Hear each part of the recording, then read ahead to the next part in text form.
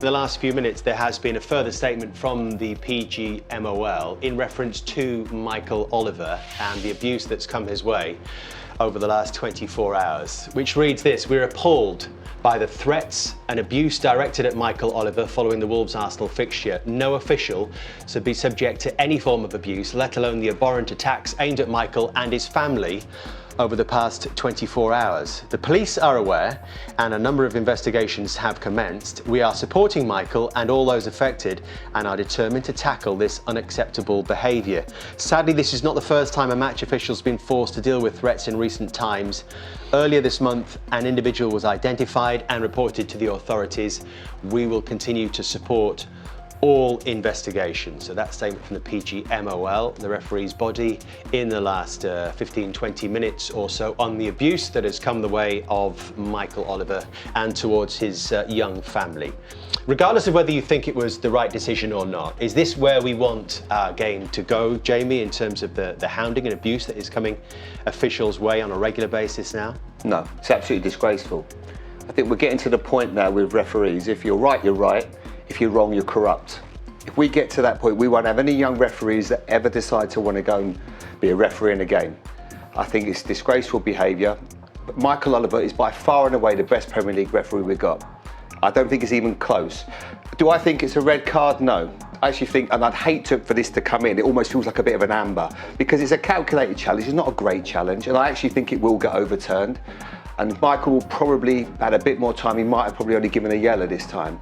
But that for me is just so unacceptable. Everyone makes mistakes, but they're honest mistakes. You know, we can count on probably one hand how many he's made in his career. He's a phenomenal referee. I always think every match that he does it with integrity. If I were to play one more game in my life, he would be the referee that I'd want to do it, because I think he's that good. So disgraceful behaviour, and I just certainly hope that whoever's given this abuse, you know, gets found out, because the quicker that happens, I think it's like people on social media, cowards that go on there and start having a go at nameless people. It's just not acceptable.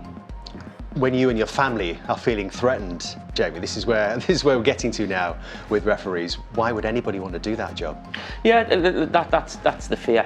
You know, when you think of you know, referees, and sometimes I feel like a little bit of a hypocrite, because I was one of the worst certainly on the pitch in terms of getting into referees, but certainly when you come out of that bubble of playing and you sort of looking at it. I actually mentioned today, I actually fell for the referee before half time, where everyone was just trying to con him. You know, diving, staying on the pitch, trying to get players booked and sent off. And, you know, without a referee, you've got no game. You know, and I do worry about what Jamie's just mentioned there. You know, where do you get officials? And do we want the standards raised? Yeah, of course we do. We always want it to be better. That doesn't mean we can't critique referees and expect higher standards, and whether it's, you know, something's a poor decision, we've got to push for that. But there's a line you can't cross, and this situation, and it all stems from social media. And I'm quite active on social media, but the stuff I see from every set of supporters, this is not just Arsenal supporters yesterday, this is every set of supporters, including my own Liverpool.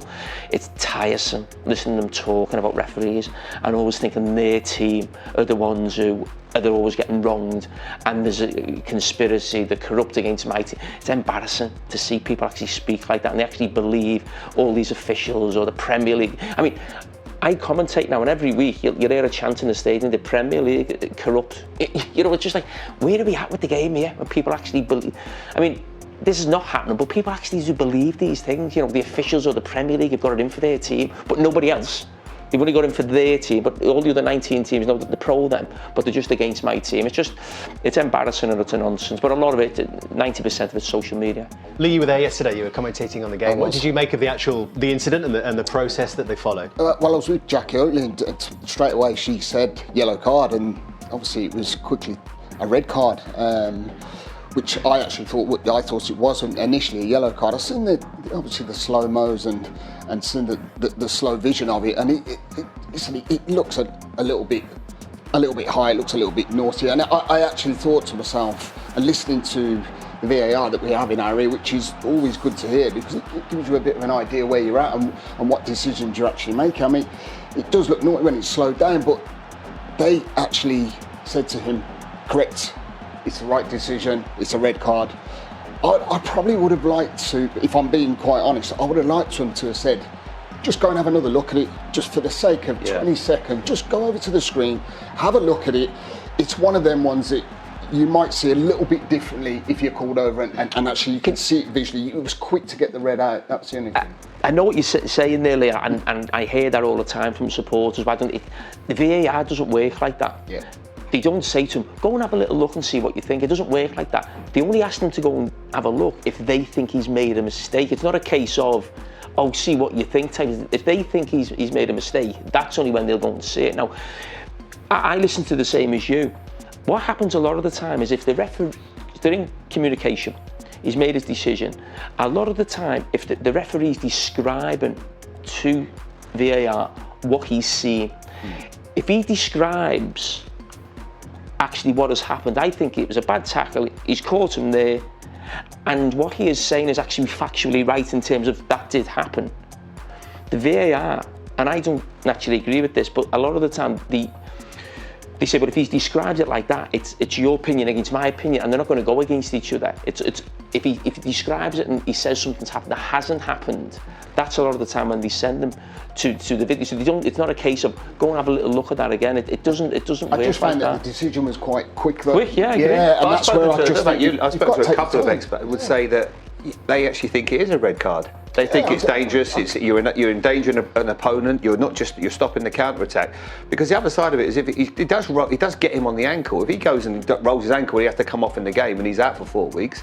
It's not a great challenge. Let's not get it straight. But does he deserve that abuse? Absolutely not. And I think that he'll be the first to say maybe I got that wrong. Could have bought a little bit of time for myself. He's gone in with a red card straight away. But referees make mistakes. Footballers make mistakes every week. That's life. But I think if we're going to start getting to the point where every mistake's corruption, we're in a really dangerous place here. Yeah, we can separate the two, what we spoke about at the start, the actual abuse, but in terms of the decision, if we go back to VAR again, I'm just explaining sort of when I'm listening how it works and the communication between the two. But yeah, referees make mistakes, but that's the reason why we have VAR. Safety net. Yeah, it's there to sort of, right the wrongs, if you like. And for me, it was a yellow card. I know exactly what you're saying, but it's still VAR is only still a matter of opinion. It's not a matter of a fact. You know what I mean? There's only one person. Well, we can disagree on every decision that we see, so it still doesn't make it right, does it? VAR.